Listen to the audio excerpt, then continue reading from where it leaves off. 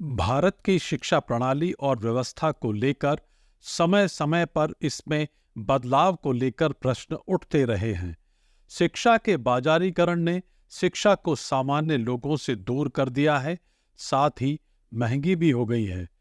देश में बहुत से ऐसे लोग और संस्थाएं हैं जो शिक्षा की गुणवत्ता में सुधार हो, समयानुकूल हो, इसके प्रयास कर रहे हैं।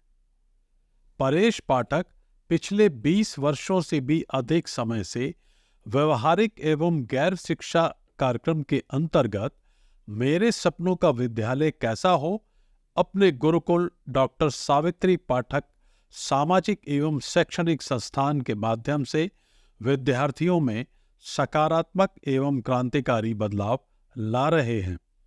परेश पाठक क्या संदेश दे रहे हैं, जरा ध्यान दें। शिक्षा और व्यवस्था को आप किस दृष्टि से देखते हैं भारत के ऐतिहासिक संदर्भ में? देखिए, ऐसा है, जब शिक्षा का आरंभ हुआ था उस समय शिक्षा की आवश्यकता अलग कारणों से थी। उस समय बहुत से सामाजिक मूल्य, नैतिक मूल्य अलग हुआ करते थे। अलग अलग युगों में शिक्षा ने अलग अलग कार्य किया, उसका उद्देश्य अलग था। आज जब समय बदला तो आज शिक्षा का उद्देश्य बदल गया। पिछले 100-200 सालों में जब बहुत बड़े सामाजिक राजनीतिक परिवर्तन हुए तो मानवता के विकास के साथ साथ सामाजिक संरचना, सामरिक संरचनाएं और बहुत से ऐसे महत्व की चीज़ें हैं जो उत्पन्न हुई और उनको महसूस किया गया और उसका भार शिक्षा पे डाला गया। अलग अलग लोग अपने स्वयं के विकास के, व्यक्तित्व के विकास के लिए, सामाजिक विकास के लिए और संपूर्ण मानवता के विकास के लिए शिक्षा का उपयोग करने लगे।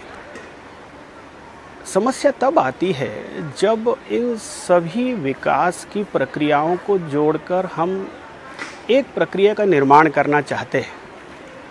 सबसे बड़ी बात है कि आप हर तरह की विधा को या हर तरह के विषयों को जोड़कर एक समग्र शिक्षा अभियान बनाना चाहते हैं और यहीं से परिवर्तन आरंभ होता है।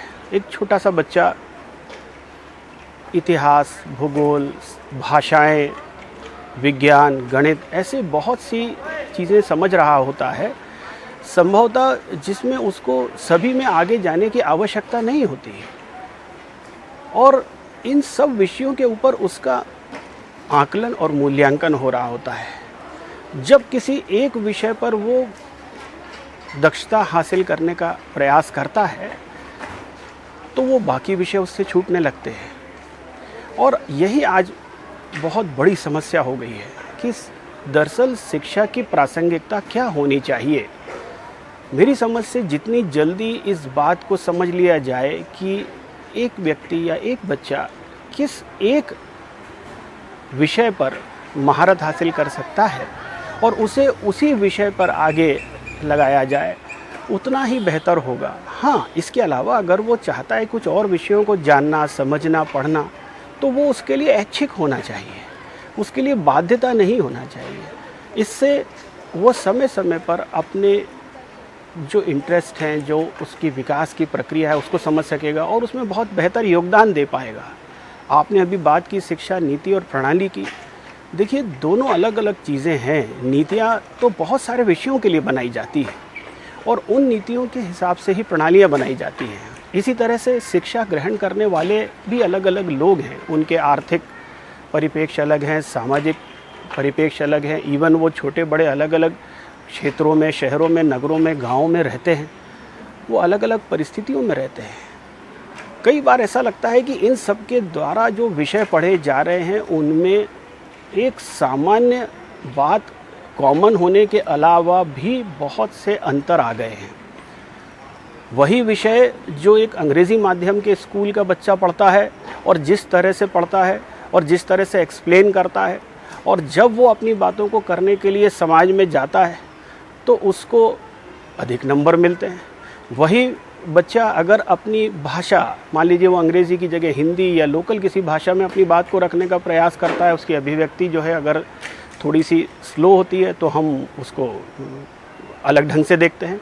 इन सब परिस्थितियों के कारण शिक्षा ने अपनी कहीं ना कहीं उपयोगिता खोई है और उसके नंबर भी कम हुए हैं। शिक्षा के कई विभाग हैं, शिक्षा नीति, शिक्षा प्रणाली और अंत में शिक्षा देने के तरीके। क्या कहना चाहेंगे? बहुत सटीक बात है कि शिक्षा पर अधिकार किसका है, ये तो सर्वविदित है और हमारा संविधान भी यह कहता है कि शिक्षा सभी के लिए है, समान है और कोई भी व्यक्ति इस शिक्षा को ग्रहण कर सकता है। पर जहाँ तक इससे नीति और इसकी प्रणाली को बनाने का सवाल है, तब ये जानना बहुत आवश्यक है कि व्यक्ति की समझ क्या है, किस व्यक्ति को क्या शिक्षा देनी है। दरअसल जब हम समग्र शिक्षा किसी एक व्यक्ति को दे देते हैं तो बहुत सी चीज़ें उसकी समझ में नहीं आती और वो उससे अपना तारतम्य नहीं बिठा पाता। और इसलिए बजाय इसके कि हमें क्या उसको पढ़ाना है, ये पाठ्यक्रम ये पहले से तय कर लिए जाएं, ये विषय पहले से तय कर लिए जाएं, बेहतर ये होगा कि पहले ये जाना जाए कि उस क्षेत्र के, उस समुदाय के, उस उम्र के बच्चों को किन चीज़ों की आवश्यकता है। कई बार किसान खेतों में काम करते वक्त ये पूछते हैं कि क्या आवश्यकता है हमारे बच्चों को शिक्षा की, तो उन्हें समझाने में बहुत समय लगता है।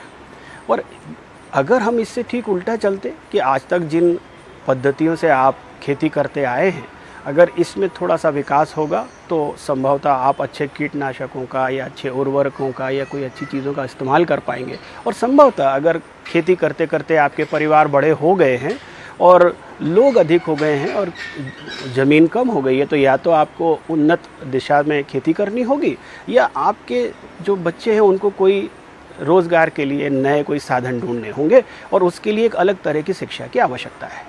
तो कहने का मतलब ये है कि बेहतर होता कि हम पहले ये समझते कि हर व्यक्ति के लिए शिक्षा का मतलब क्या है, उसकी प्रासंगिकता क्या है। जैसा कि आपने पहले ही कहा कि आज शिक्षा बहुत अधिक सूचनात्मक हो गई है। उनको ये बताया गया है कि आप ये देखेंगे, ये पढ़ेंगे और अगर इसे आप याद कर लेते हैं और उसे बता देते हैं तो ये मान लिया जाता है कि आप शिक्षित हैं। पहले शिक्षा का ये मतलब नहीं था। पहले किसी एक बात को समझने के साथ उन्हें ये भी तय करना होता था कि क्या वे अपने आचार व्यवहार में इन समझी हुई चीज़ों का इस्तेमाल कर पा रहे हैं, और अगर कर रहे हैं तो क्या उससे उनका कोई उसमें फ़ायदा है, और अगर वो फ़ायदा रचनात्मक रूप से हो रहा है, सही दिशा में हो रहा है, तो ही इसको आगे बढ़ाने की बात की जाती थी। इसमें शिक्षा न केवल सुन के आगे बताने का विषय था, बल्कि उसको सुन के, समझ के, अपने जीवन में अंगीकार करके, इस्तेमाल करके और फिर उसके बाद में आगे बताने का कार्य होता था। पर आज शिक्षा जो है वो सिर्फ सतही तौर पे ली जाती है। बहुत से लोग बहुत सी बातें सिर्फ इसलिए जानते हैं कि उन्हें सामाजिक परिवेश में रहना है और शिक्षित होने के लिए उन्हें ये जानना या लोगों को बताना बहुत आवश्यक है कि हम इन सारे विषयों को जानते हैं। आज शिक्षा का स्वरूप बदल गया है। आज शिक्षा विश्लेषणात्मक ना होकर सूचनात्मक अधिक हो गई है, जिसमें जिज्ञासा, शोध, रचनात्मकता और तारतम्य नहीं है। कैसे देखते हैं इसे आप? 1947 के बाद यह सही है कि शिक्षा भारतीय नीति नियामक तत्वों के हाथों में आई। बहुत हद तक यह प्रयास किए गए कि हम हमारी वैदिक शिक्षा नीति से, पद्धति से भी बहुत सारी चीज़ें सीखें। विषय भी ऐसे सामंजस्य बिठाने का प्रयास किया गया कि हम अपने सांस्कृतिक विषयों को भी ध्यान में रखें और आधुनिक विषयों का भी समावेश हो। परंतु शिक्षा आज भी पूरी तरह से परतंत्रता के अधीन है, ऐसा मेरा मानना है। आज भी शिक्षा पद्धति एक तरफा, एक बहाव के रूप में कार्य करती है और एक निश्चित समय तक छात्रों को यह आज़ादी नहीं है कि वे अपनी बातों को खुलकर रख सकें। पहले ये शिक्षा पद्धति प्रश्न से आरंभ होती थी। आपको ध्यान होगा कि अर्जुन का प्रश्न पहले आया और गीता बाद में आई, और इसी तरह से हर बड़े ग्रंथ का आरंभ किसी प्रश्न से हुआ। लेकिन आज छोटे से बच्चे से लेकर बड़े बड़े स्कूलों में आप जाएं तो अक्सर आप आज के शिक्षकों को एक शब्द कहते हुए सुनेंगे और वह है कीप क्वाइट। और अगर बच्चा शांत ही रहा और अपने प्रश्न का उत्तर नहीं दे पाया तो शिक्षा आगे बढ़ेगी कैसे? आप अगर इसका प्रश्न समाज में खोजने जाएं तो आपको आंकड़ों में पता चलेगा कि जो बच्चे अपना प्रश्न नहीं पूछ पाए वह अपनी जिज्ञासा लेकर शिक्षा से विमुख हो गए। जो बच्चे अपना प्रश्न नहीं पूछ पाए उन्होंने आपकी बातों को सुना, ज़रूरत पड़ने पर रट के आपका जवाब भी दे दिया, लेकिन उस शिक्षा से कुछ पा नहीं पाए। आज बहुत से ऐसे लोग हैं जो कहने के लिए शिक्षित हैं लेकिन आज भी वे अपनी बात को निसंकोच कहने से डरते हैं। आज भी हमारे समाज में एक बहुत बड़ा तबका ऐसा है जो प्रश्न करने से डरता है। वह अपने जनप्रतिनिधियों से प्रश्न करने से डरता है, वह किसी सरकारी अधिकारी से प्रश्न करने से डरता है, वह किसी पत्रकार के द्वारा प्रश्न किए जाने पर डरने लगता है, और कई बार तो वह अपने अधिकारों और कर्तव्यों के लिए बात करते समय भी वह डरता है कि कहीं ऐसा ना हो कोई ऐसी बात उसके मुंह से निकल जाए कि उसको बाद में उसकी मूल्य चुकाना पड़े। तो यह तो शिक्षा नहीं हुई। आज अगर हमारे 100% लोगों में से 80% लोग सरकारी भोजन पे अगर निर्भर हैं तो ऐसी परिस्थिति में शिक्षा ने क्या भूमिका निभाई होगी?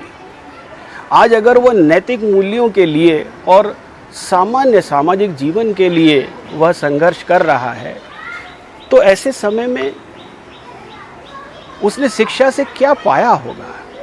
आज वो अगर गलत को गलत नहीं कह पा रहा है तो इसका मतलब आधुनिक शिक्षा कहीं ना कहीं अपना पूरा कर्तव्य नहीं निभा पाई है।